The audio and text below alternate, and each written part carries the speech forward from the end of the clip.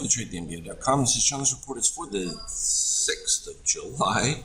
Well, we had the punch-up of Magenta, which we suggested would be some bullish strength to it, even though we were still weak DOC in that. So it wasn't surprising we had a mixed day. We ended up moving lower, but then that was bought back up. And that's where we currently reside right now here. Magenta's still rising. Orange tipping back down at the start. We still don't have midterm or short-term buyers doing anything because you got steel dipping, short-term buyers. You don't have any movement in green. So the fact that it's holding up means that there's just not as much sell pressure as there was. So from that standpoint, it's positive, and it's good likelihood that we break above the 23% on that. So that's worth noting. From an NQ standpoint, it was much stronger. And you can see a big difference because your short-term buyers are, in fact, improving as well as the mid-term buyers in the DOC. So that's a dramatic difference, not to mention the orange. So it's likely that the NASDAQ is going to lead whatever attempted a turnaround.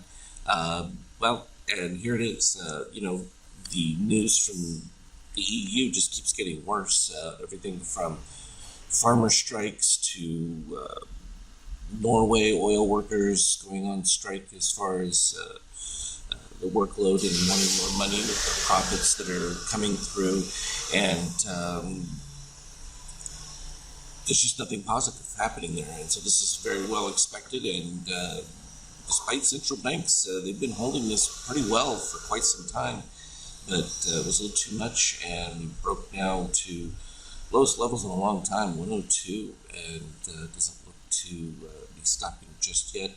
Bit of fade on the white here, so it may slow down as far as decay goes, and we're reaching that turnaround point, minus 18 from a DOC red, so we could see some just automatic short cover turnaround for it briefly, but the long-term contagion of it is still there because you get into the financial aspect of EU debt and them trying to play some of the games. There's just nobody who wants to buy that paper, not to mention U.S. Treasuries. So gold, this is the expectation that with the negative GDP numbers and everything coming out that you're going to have deflation and price, but that's going to be temporary.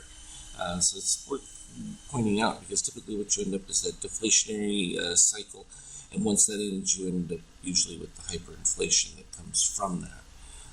So definitely worth keeping an eye out.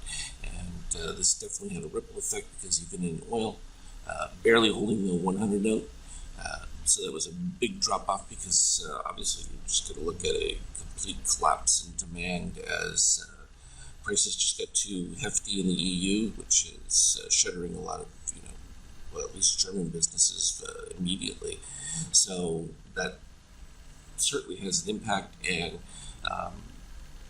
while that helps, it's still anything over 100. I think it just creates a barrier to growth aspects at this particular stage, so it's problematic. From a treasury note, of course, it's where people are looking for safety.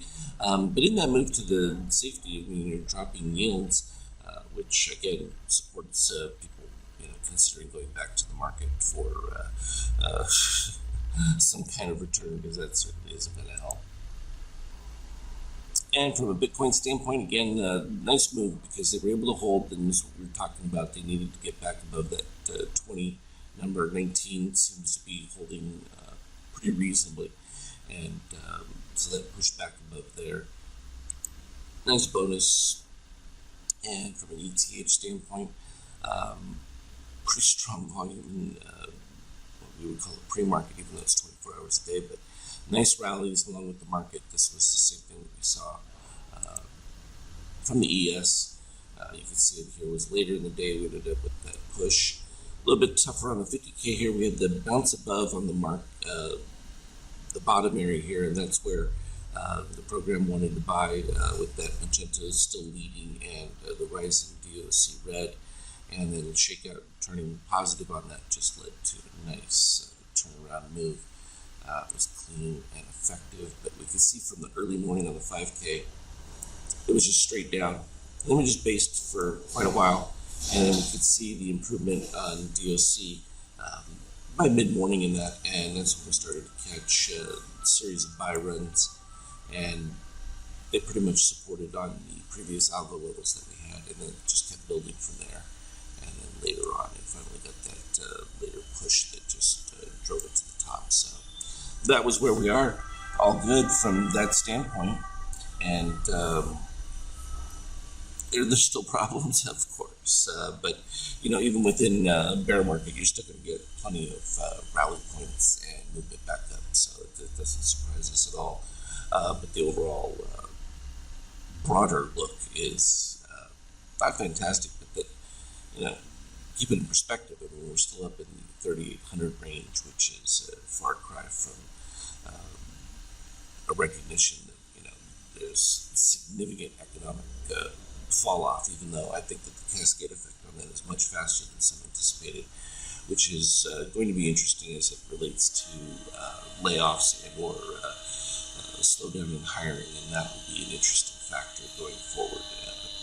And of course, throw in the supply disruptions, higher prices for fuel and things, and whether or not we get shortages. So we'll see.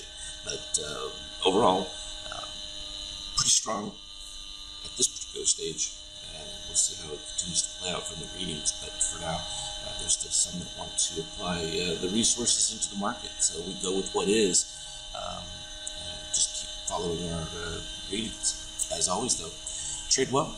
Look for me on Skype chat. Have a good one.